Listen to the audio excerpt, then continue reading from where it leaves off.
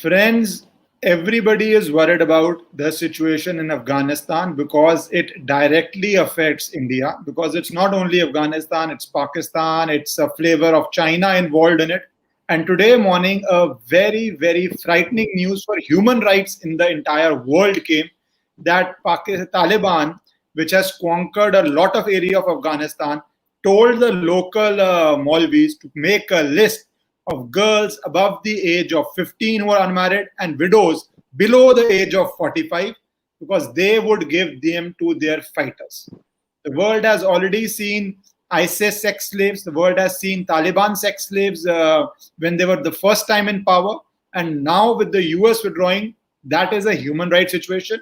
But the broader question which will affect India is what is the military situation and what India needs to do. To discuss that, to understand that, I have with me a person you all recognize, so I won't waste my time introducing. He is a frequent guest of the channel also. Thank you, General Bakshi, for coming.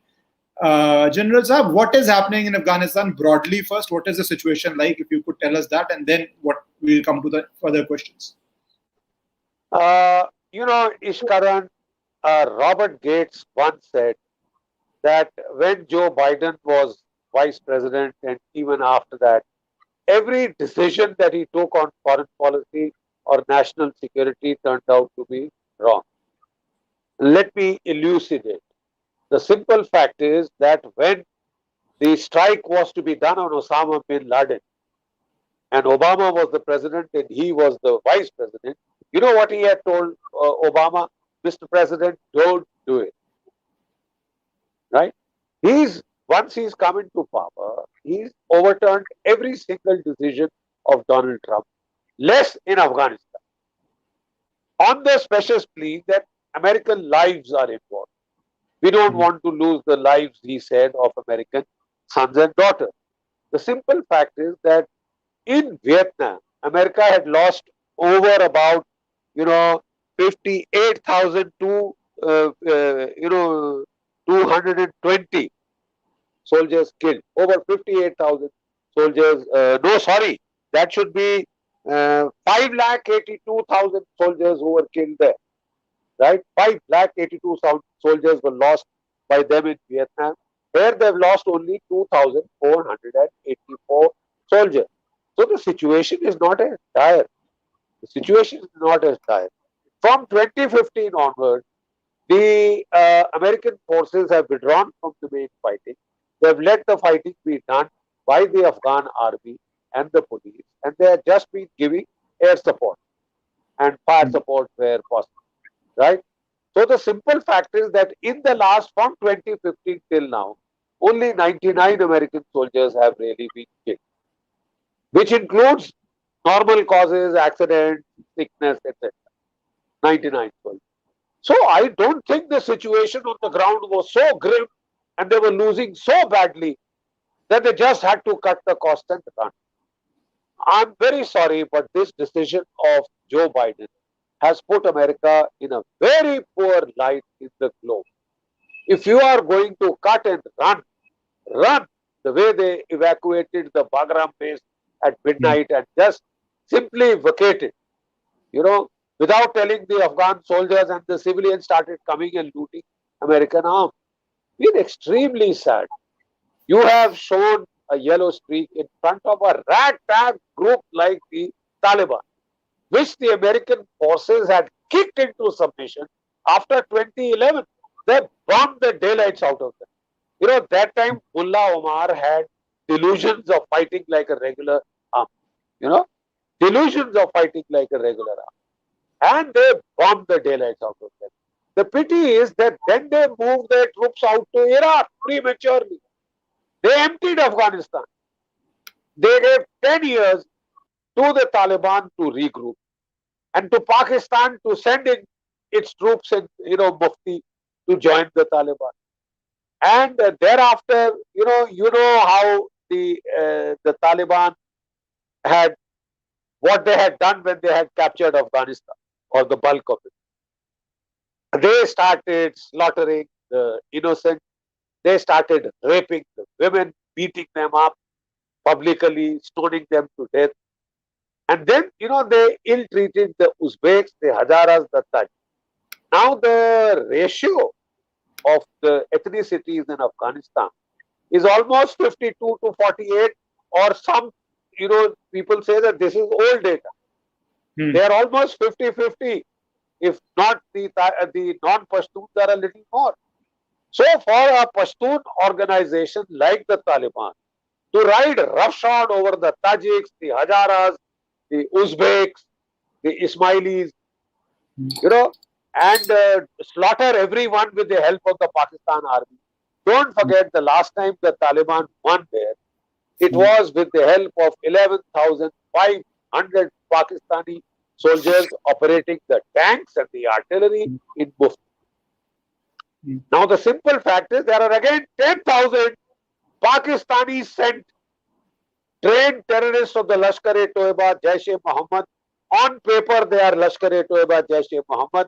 Believe you me, they are Pakistan army. Now all this talk that they have routed the Afghan army, the simple fact is it is, a needless advantage has been given to the Taliban, because so far the Afghan forces were doing a damn good job. Like I said, from 2015, who has been holding off the Taliban? The Afghan army. They were doing it with the air support provided. You suddenly withdraw all the air support. What are you trying? What are you trying to prove to the world? I can't understand what the Americans are doing to their own image. You are supposed to be a superpower. You are running in the front, fleeing like it brings memories of Saigon, when they were hanging on the helicopters and running out from there. There was not such a dire situation in Afghanistan. Why have you made it look so dire? When you could overturn every other decision of President Trump. President Trump had a white constituency, and they were very worried about losing their boys and girls. I don't blame them. They've been fighting for 20 years. But to say that the situation is so dire that you can't stand more than 2,400 some casualties and America will cave in. Will that America, can it be trusted to fight China? Can it fight the Russians? I'm sorry, the Americans are sending out this. The American generals advised against it. Bhai, you got into Afghanistan, you spent 20 years there. You spent about 2,500 lives and $2 trillion just to run, to cut and run in this disgraceful fashion. There is some kind of a decent break. The Taliban is cocking a stoke at the United States. What is the fighting capability of the Taliban? Yeah? It's very easy to rape women who are unarmed. It's very easy to torture and kill prisoners who are unarmed, to drag Najibullah's body behind the jeep because he has no weapon. But you think they are damn good fighters? The ISIS was doing the same. The Russians went in, they blasted the ISIS. Within a month, they had slaughtered. They can't stand up on a modern battlefield. So the fact is, Pakistan is trying to behave like a conqueror. They are trying to dismiss a duly elected, democratically elected, legitimate government in Afghanistan, in Kabul, and force the Taliban. Yeah. General Bakshi Sahab, from your initial comment, I wrote down 3 questions which I wanted to ask you, and then we will continue with the flow. Those who are joining for the first time, please subscribe to the channel and join daily. In the evening, I do it, and sometimes I have guests, so please subscribe. General Sahab, the first question from what you said initially was, you are saying that the population of Taliban and non-Taliban, if I broadly define it, Pashtun and non-Pashtun, that's right, Pashtun, non-Pashtun, is almost 50-50. Let's say it's 60-40 also. So why is the minority there not able to hold out? Are they divided amongst themselves? That's the reason. Or what is the reason that within days of US going on, Taliban is managing to storm the entire region? So what is the reason that 40% is not able to fight with this Taliban and losing ground consistently? Look, the simple fact is that the Northern Alliance had then merged with the Pashtuns, and when this government was formed with the help of the Americans, and they had formed an Afghan National Army.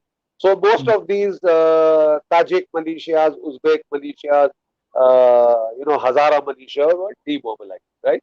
So they have just one Afghan army mixed of Pashtuns and these which are fighting. But they are now raising local militia.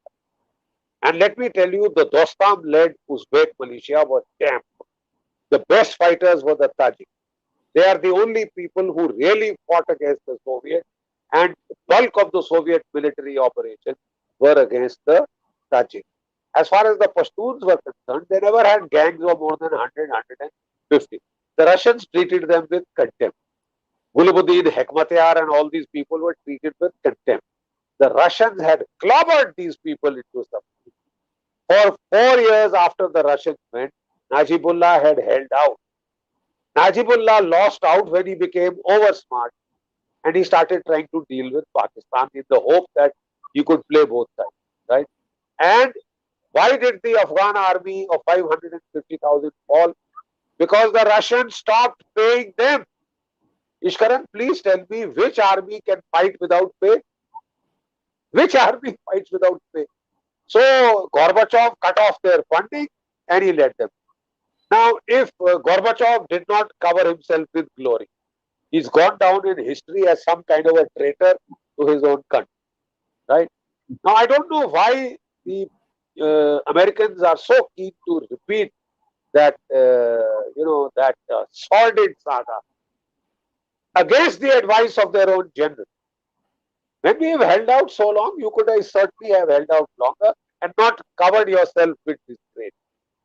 You see, run in front of, you have to run. If you run in front of the Russians or Chinese, we can chalo say, yaar, bada bhari padta. This is a ragtag outfit of low-down, low-grade crooks who can rape unarmed women, who can beat up unarmed prisoners, but they can't stand up and fight. They may be good at guerrilla warfare, ambushing, sniping, hit and run.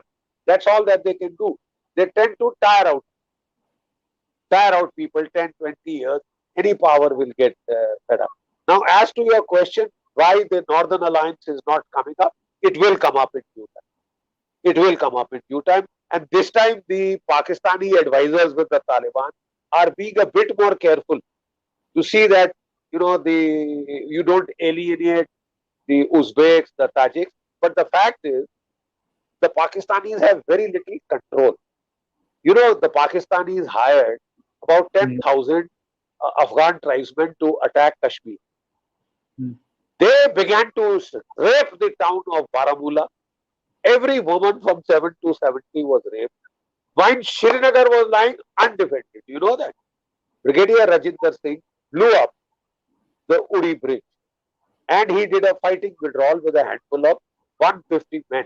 For 48 hours, he held off the raiders, right?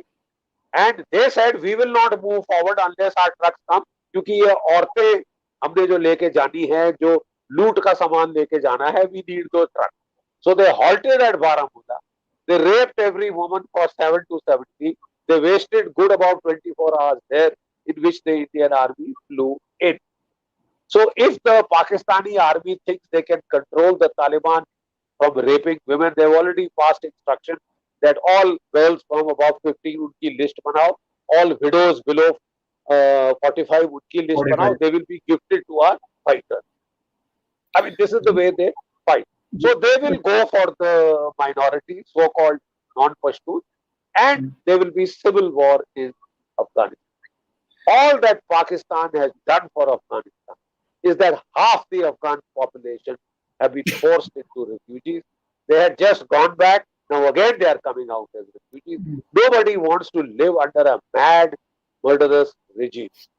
Nobody has caused so much suffering to the people of Afghanistan than Pakistan. General Bakshi, my second question, which was flowing out of this, is this: because, as you said, the population is almost equal, and 4-5% here and there don't really matter in a war. There were rumors that US was discussing with India that India should send its troops on ground because they are petrified of losing even a single soldier. They wanted Indian troops to be on the ground and they would have supplied the arms, weapons. That is at least at Trump time. I'm not talking the Biden time. And India, it says, this is rumors, you can confirm or deny it, that India did not do it. Pakistan, as you say, is actually sending its soldiers there. Do you think India, if A, is this true? And did India miss a trick? Because if Pakistan can send its soldiers, wasn't it in our interest to ally with US and send our soldiers on ground to maintain peace? Because once they get finished from there, they are coming for Kashmir. That is their way of survival. They won't. That is how their brain works. So, do you think we missed a trick there, or you think there was no option like that to do? Look, there definitely, very definitely, when India was pleading with the United States, don't take away your troops, don't take away your troops. Then Donald Trump asked us very naturally, are you prepared to put boots on the ground there? And our people chickened out. Chickened out. No, no, no, no, we will not send our troops. He said, why do you want me to keep my troops? You see, look, you want to tell somebody, keep your troops. You say, okay, I'll help you. Why could we not have Ishkaran asked the United States to pressurize the UN Security Council? United States has a whole lot of clout. Once the American forces withdrew, to put UN peacekeeping forces. But you want to ensure a peace agreement. Isn't that what the UN peacekeeping forces are doing?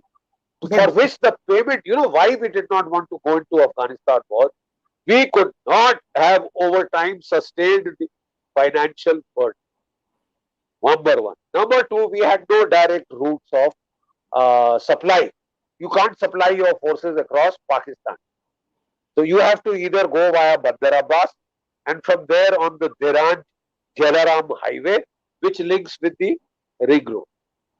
We have got an airbase now in Tajikistan. From there, we could have via Russia or other places supplied, but it would have been highly costly. So my advice was India should not have done it alone. But India could definitely have raised an outcry. Here is a legitimately elected government in Afghanistan, in Kabul, which is being dethroned by murderous gangs of the Taliban. So we should have UN peacekeeping forces, not only Indian troops, but troops from a lot of other countries paid for by UN. General Bakshi, that is why I'm asking, because we have to ask hard questions to our government also and our situation also. We can't shy away from asking the hard questions because this terror, this mindset will trouble India and Indian citizens. It is not something which is remote. That is why I asked you when you said that, and if you are a US president and you ask the Indian government, are you willing to put boots on ground? For money reasons, Indian government does not put it. Then why will the US feel, why should we put our boots on the ground? It is your immediate That's neighbor. Exactly what has happened. End of the day, it's not US's immediate neighbor. It is your immediate neighbor, right. Which is what you have to deal with. My question is this money part.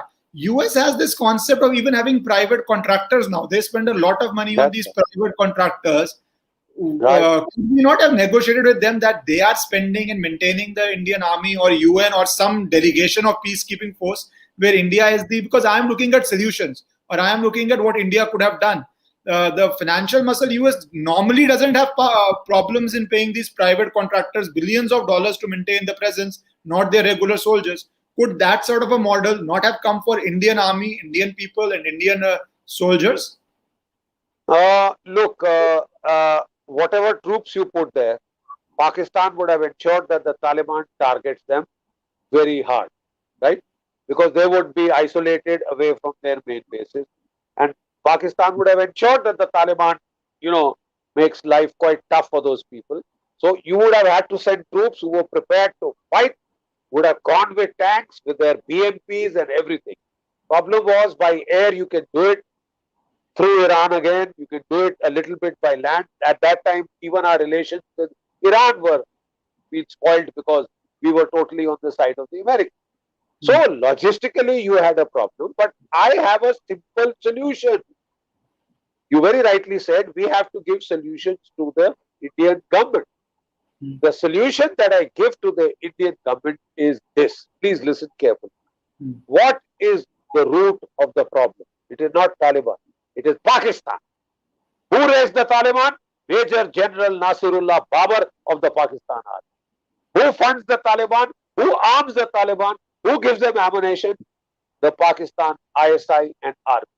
10,000 Pakistani soldiers are now in Mufti with the Taliban. Right? So the root of the problem is Pakistan. To pressurize Pakistan, do I have to be in Afghanistan? You don't have a Pakistan's eastern front is India. I just put pressure on the eastern front. Let me see how many soldiers the Pakistan army can then spare for Afghanistan. Look, let me explain it. 1965, what happened? They attacked. They firstly sent the guerrillas into Kashmir. Then they attacked in Cham. And they almost got the Akhnur bridge to cut off Kashmir from rest of India. So what did we do? Did we send our troops, more troops to Cham? General Chaudhary said it's a waste of time and money. Hit Lahore and Sialkot. We hit that. दौड़े आए इश्करन, दौड़े आए from चंब. जो भी armoured regiments वगैरह artillery भेजी थी, दौड़ते हुए वापस आई. And the attack on Cham was halted. Not by direct, by indirect pressure. Who stops you from putting indirect pressure on Pakistan on your front? वो कितना दूर है तुम्हारे से? Is this the time you choose to give Pakistan a ceasefire in Kashmir? अबे हमारे गांधीयंस की भी तो हद है साहब. Is this the time to tell Pakistan हाँ जो करना है अफगानिस्तान में करो? अरे तुम्हारा सिर खराब हो गया है क्या? This is the time to put pressure on the eastern front. You finger with Afghanistan, we'll finger you. You get that, Ishkaran? General Bakshi, so what you speak is very understandable to a common man also. Pakistan, if it is sending its weapons and its army and it's disguised as irregulars to Afghanistan, you make pressure on the border here, Kashmir border, so that they have to send their troops back here and they cannot send them to Afghanistan, support Taliban, and then the Northern Alliance is obviously emboldened and can fight much better with Taliban. That much better. So why do you think the Modi government is not doing what is very logical and appears because what you are saying, sending troops to Afghanistan is difficult, but making our border a place where Pakistan is safe. Why are we not doing that? What is the reason? We should do that. We should do that. I would strongly advise the government to do that, and I haven't given up hopes that our government can see this fact. I mean, it doesn't take rocket science here. I don't have to send troops to Afghanistan. अबे पाकिस्तान को pressure डालना है ना, आप अपने border पे डालो. ऐसे जमा के तुम्हें खाना खाने की क्या जरूरत है? जब मैं ऐसे खा सकता हूं, ये करने की क्या जरूरत है? आप नाटक करने की क्या जरूरत है? सारे ब्यूरोक्रेट्स बैठ के एडवाइस देंगे ये खराब है, कोई फौज नहीं जीती अफगानिस्तान में. रॉन्ग. सिख फौजें अफगानिस्तान में जीती है. The entire area from the Indus to the Durand line, who captured it? And it's still not gone back to Afghanistan. It was the Sikh army. It was Hari Singh Nalwa who was the governor in Jalalabad. Yes. क्या बात करते हो यार कि इनसे लड़ा नहीं जा सकता? Don't talk nonsense. Don't talk cowardice. Gandhian. It is becoming now anti our national interests. I am saying, you want to make Pakistan, what is the problem? Pakistan, you want to make Pakistan behave. Do you have to go to Afghanistan? तुम्हारा border नहीं है उसके साथ. आप line of control पे pressure नहीं डाल सकते.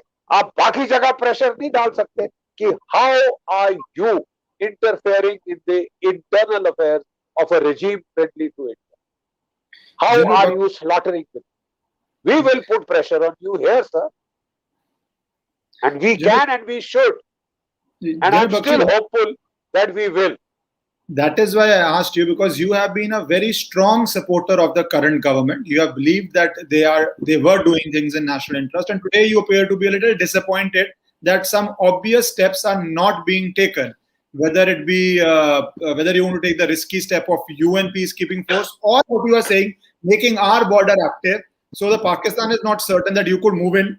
And so why are you today upset, and why do you think that it is not being done? It's bureaucracy, it is Gandhian, it is statesmanship. What do you think is happening in the highest levels of the government, that they are a stitch in time saves nine? It's an old saying, if you don't do it now, they will come to your Kashmir and they will make life miserable for you. That is a given. That's a given if they conquer Afghanistan. You see, why I am upset is that we had invested a lot emotionally and I had done my bit to, say that we need a dire change. And 2014, that change came. And we found that initially they did stick by what they had said they would do. They hit back in Uri, they hit back in Myanmar, they hit back in Balakot. That was a very, very bold step, very significant step. But then I suddenly find that thereafter we seem to have lost our courage. The moment Biden administration has come in the USA, the Democrats have started putting pressure on Kashmir, and Kamala Harris has started putting pressure on human rights and this. Do we have to cave in? Or a big power, damn it. It doesn't matter who is in power in the United States. We look after our own interests. So once again, the bureaucracy and everybody, the doomsayers, the naysayers, the Gandhians, the Kabutarwalas, that lobby becomes dominant, and they erode the will of the government to fight and to take hard decisions. They erode the will of the government to fight and take hard decisions. It is the same people who have not let our defense spending increase very much. Thank God, situation has changed from Antony's time, but they have not let our defense spending increase very much when everybody knew we were heading for not a two-front situation, a three-front. You can add Afghanistan and the J&K and Maoists as the third front. But yet, not much increase in defense spending. Jaitley Saab refused. The bureaucracy refused. So we have ourselves to blame. We could have created our capacity. This was the opportunity to hit out. Even now, we are tough enough to take care of. But you should not lose the will. But you should not weaken your will. That is what I am irritated. As you said, one of the best things we did was Balakot. But after that, this drone thing happened. And when this was a perfect legitimate reason for India to get active on the Kashmir border after the drone strikes happened, this drones came and all that nonsense that happened. So why have we suddenly gone quiet? There has been no retaliation on that. There has not been much discussion also on that. What do you think was this entire drone thing that happened, and why has Indian government not responded to this? You see, the Indian government has taken the easy way out. The drone attack did not do any substantive damage. So your justification for the international audience would be a little less. When there is a damage like 45 soldiers killed at Pulwama, then you have the excuse to go and bash the daylights out. 45 मारे तुम्हारे 145 मारे, ठीक है? But unfortunately or fortunately for us, this drone strike was more of a testing of our defense.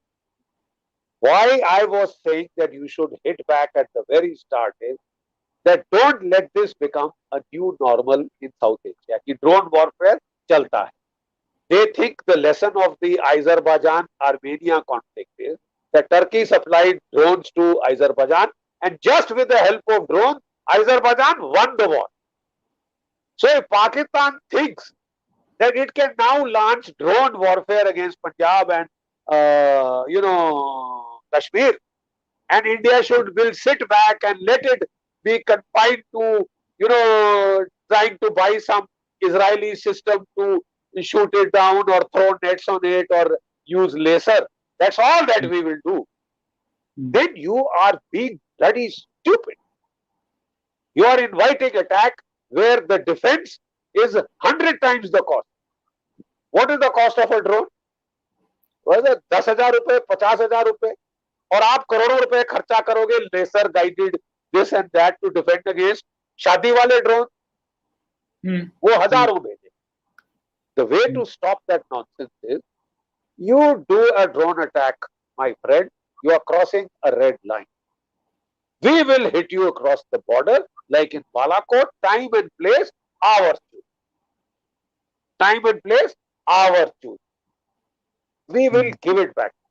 Don't you dare, because you can then escalate out of control. And the Pakistanis are scared of escalation. They were in Balakot. And we read out the Roy Act, return Abhinandan or else. तो टांगे कांप गई थी army chief की. जिन्हें बकवास जितना मर्जी कर लें. They are scared of escalation because we are the stronger one. Even if China is sitting there, we can still bash the daylight and cause such loss to Pakistan that its economy will collapse. और कुछ होगा या ना होगा, whatever are the results of a military collapse, the or otherwise of a military engagement, the Pakistani economy will be flushed down the tube of history, and let us see how much China can pay to support. But General Bakshi, what you are saying, this drone thing was completely what happened in Israel recently, where they were spending 10 times what Palestine was sending. The same repeat of that will happen. That is one point. And secondly, as we have declared ceasefire at the time when we should not have, because it has freed Pakistan to be as active in Afghanistan as it wants to. This is, you think, under a US pressure, or this is just some new strategy that, and we invited all these Jammu Kashmir, clearly people who have very separatist tendencies were also invited. After jailing them for 1 year, suddenly you have invited them for a conversation. Appears to be a major shift in strategy. So, do you think this is complete US pressure coming on India, or do you think it's just a change of strategy No, to try something different? look, there are not just one set of pressures, a whole lot of pressures. One is the pressure of the United States, no doubt. Any democratic government, when it comes in USA, it puts pressure on you, on human rights, on farmers. They try and interfere in every bloody thing in India and on Kashmir, that you will bloody well settle it with the Hurriyat. Are? Who the hell is the Hurriyat? So that is one, is the United States pressure. Second is China's front is active. So you don't want to open too many fronts on your own at the same time. That is more logical. But there are ways out of that. And off the record, we can discuss this. But there are ways out of that. After all, in 1971, China and Pakistan both were hostile to us. Both were hostile to us. Yet we did what we had to. We showed the gut. Okay. So that is the third thing is your economy. COVID has played havoc with your economy. And quite obviously, you are now worried. But then, so has the economy of China been affected. So has the economy of Pakistan been affected. वो भी तो गधे बेच रहे हैं. You know, to think only कि हमारी economy गई है, बाकियों की नहीं गई. It is quite strong enough. We got $680 billion reserves. You want to fight, you got plenty to fight. Providing you have the mental toughness to do what you have. Because if you don't fight forward, you will fight on your own soil, which we seem to be very fond of doing. We cannot break out of the Panipat syndrome. कि लड़ाई तो साहब हम लड़ेंगे जबकि दिल्ली से 150 kilometre Panipat के मैदान आ जाए, खुला मैदान है, हमको पहुंचने में ज्यादा टाइम नहीं लगता. तीनों पानीपत की लड़ाई आप हारे. General Bakshi, do you think this is the mindset? ये mindset question पूछूंगा आपसे, because you have studied mindset also and psychological warfare also, that we keep waiting till, as you said, drones came. Fortunately, no soldiers died, but unfortunately, we have not taken any action. But Pulwama, because soldiers died, we took action. Do we keep waiting till we can justify it to the Western audiences? Arey, it's so much happened, so we are reacting. Why don't we just react and say Israel didn't give a damn to the US audience? In fact, initially US was not. In fact, they were snubbing what Israel was doing in the beginning. Till then, they had to change their viewpoint a little bit. So, do you think this is a mindset problem, that we want to be goody boys, prove it to the world that it was no option was left, so we did it? This is not that our first option, even second option, even third option is not to fight on the other person's ground and keep waiting for international approval. Is that a mindset problem you think we have developed in the recent past? We have a serious mindset problem. Who says we don't? You are always looking to the West for approval. You're always looking to the United States for approval of your action, right? And in the past, when you did do it, you had a very supportive government in Donald Trump, who says India is fully justified in reacting. And now a democratic administration comes, you have a slight hint that they will not like it. Some junior minion in the State Department tells you lay off, and you lay off. Why? Why do we have to? We are a free country. We are a free country. We don't have to take dictations from anyone. Yes, if they want to help us with China, fine. It suits their interest. It suits our interest. Nations align because of common interest. You see. But what I'm trying to say is a combination of factors seem to have sapped the will to fight of this government, which I hope is not true. I hope they will, show the boldness that they did sometimes back. And it got them so much of goodwill, dividend, internationally. Everybody knew that India was not going to hit back. So why resign from that stand? Why resign from that very high ground and get back to the Congress type defensiveness? Then I'm afraid it will cost you in the election. It cost the Congress. Congress may have thought we have pleased the Americans by not hitting back after 26/11. They may have pleased the democratic government. I'm afraid the democratic people of India didn't like it and they were out. So I'm sure we draw our lesson. And when we have to hit back, we should hit back. We should not be reactive and defensive. It is tragically wrong strategy to lose initiative from the outset. Leave it all to your enemies. Fight reactive, defensive, based solely on consequence management on your own soil. You can't do anything worse than that. But Ishkaran, my brother, believe you me, 30 years we have done nothing but that. Pakistan started the Punjab terrorism, 1980s. Nothing we did across the border. 30 years in J&K, nothing we did across the border. Then almost one decade of Indian Mujahideen letting bombs off in Delhi, Mumbai, Bengaluru, Calcutta, Ahmedabad. You name every city in India and you do nothing. And you saw what happened when you did do something. When you did Balakot, for 22 months Pakistan was quiet. Yes. Even when we removed Article 370, Pakistan just made pro forma noises. Ki, haan ji, maine protest kiya. Did they do anything on the ground? Did you see any major terrorist incident in J&K? That is the efficacy of an aggressive, proactive response.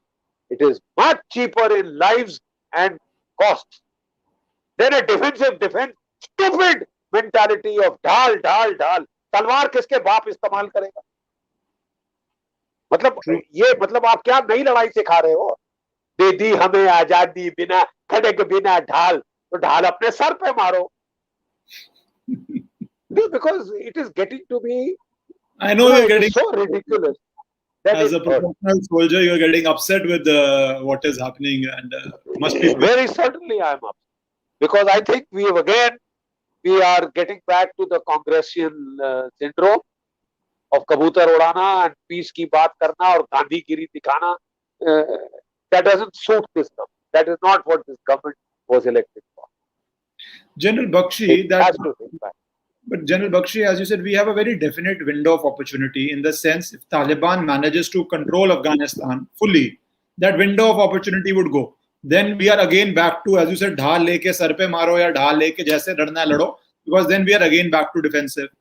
So this window of opportunity, do you think, and I do not know how long this window of opportunity will last, how strongly Northern Alliance will fight, because the air support also, US, it does not appear as giving air support also. That is what the position stands right now. Tomorrow they move an aircraft carrier or they use some base, I do not know.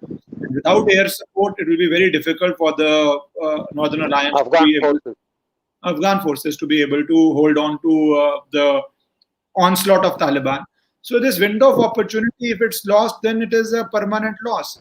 And being Gandhian right now, the time may not come back. So are you seeing any... General Bakshi's phone is ringing, I think.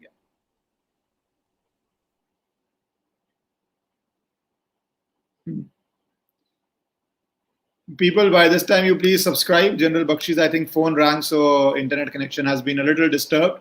Today, it was a very good connection with him.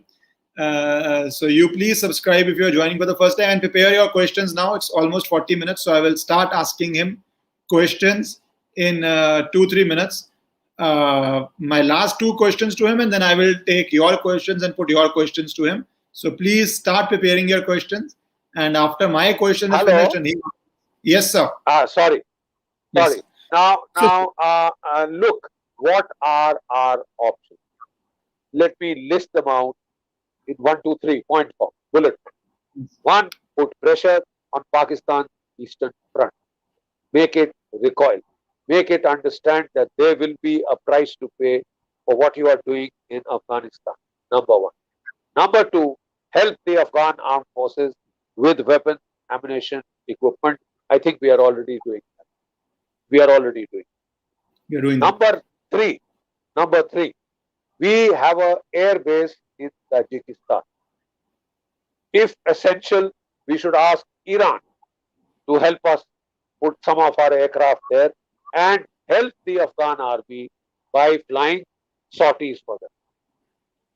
What Pakistan could do is, if it thinks that it will intervene on the part of the Afghanistan of this thing, it could engage you in air combat, which gives you full excuse to kick them in the butt on the eastern front. We should try and put the main pressure where we are strong. Where are we strong? On Pakistan. हमारी सारी फौज ही वहां, हमारी navy वहां, and we should prevail upon the United States, Joe Biden, to not spoil America's image. They can just have to sail 2 aircraft carrier battle groups into the Arabian Sea and provide air support. Pakistan has denied air bases. They don't. That doesn't mean the American air power can't intervene. The bulk of the air power which sorted out the Taliban after 9/11 was from aircraft carriers and not so much Pakistani air bases. Also, sir, Taliban would be a problem to Russia. So Russia would also be trying to do its own. You see, Russia, the problem is right now they want to see the American forces out of Afghanistan because it is a serious threat to their positions in Central Asia and elsewhere. So they are very keen कि पहले तो America को तो बाहर निकाला जाए. And since Joe Biden is complying, so they are happy. They'd like to see them out. If for some time they have to suffer the Taliban, they will. Once the Americans are out, the story will be different. China will try and muscle in into Afghanistan on the piggyback on the Pakistan. They will try and extract all the copper and gold and uranium and whatever tungsten, whatever you have in Afghanistan. It's quite mineral rich. They will try and do that, providing security is provided to their engineers and others, and the Taliban promises not to do anything. So they buy off the Taliban. The danger is the Taliban is such a stupid entity that they are quite capable of interfering after some time in Uzbekistan. So China is also not very sure which way things will go. And I don't think they are very happy with a mad set of mullahs in charge in Afghanistan. I don't think they are too delighted. And they don't trust Pakistan too much. Sir, it could be a repeat of US creating Osama bin Laden, which came to bite them. So if China creates this Taliban, because they survive only on religious war. They survive on Kattarpanthi, as you say. So tomorrow they might either turn to Kashmir or turn to China or turn to Russia. Somewhere they will turn. China can't be 100% sure. That's a very important point to understand. You see, the entire Taliban, their cadres, their foot soldiers are madrasa students who have been brainwashed into 72 हूरें 73 हूरें क्या कहते हैं बकरियां और जो कुछ भी आपको मिलेगा.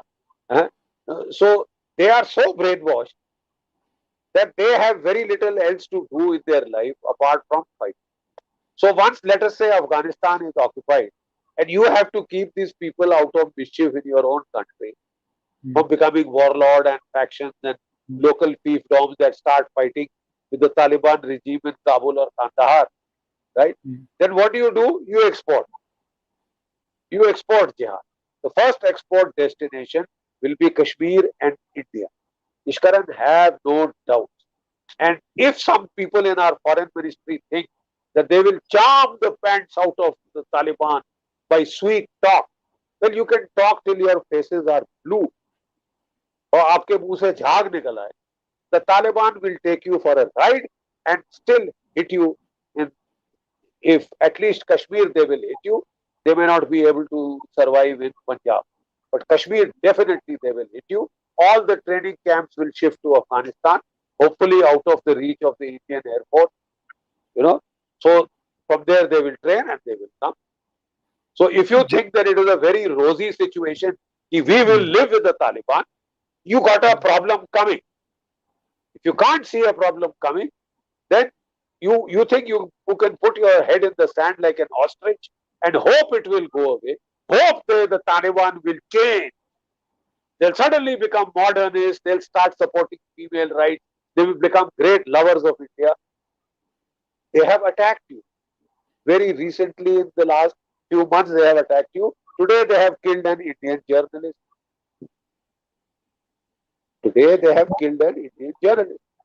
General Bakshi, my last question to you, out of something you said Pakistan has done it in Kashmir, it has done it in Punjab, 80s it tried in Punjab. Thankfully, that has been completely curbed. And Kashmir, they are still trying. Why are we not doing enough in Balochistan? Why are we not supporting that, trying to create, because the ground is ripe, people are willing to fight in Northwest Frontier Province, Balochistan. Even Sindh, there is some sort of a movement. So why are we not doing enough on those issues? What is your view on that? I am afraid that question has to be addressed to the government of India. Thank you. All right, sir. Thank you so much for your time and educating everybody on the topic. And I presume Afghanistan will continue to be hot, and I will keep requesting you to come and explain to people every few days. Thank you, sir. Thank you.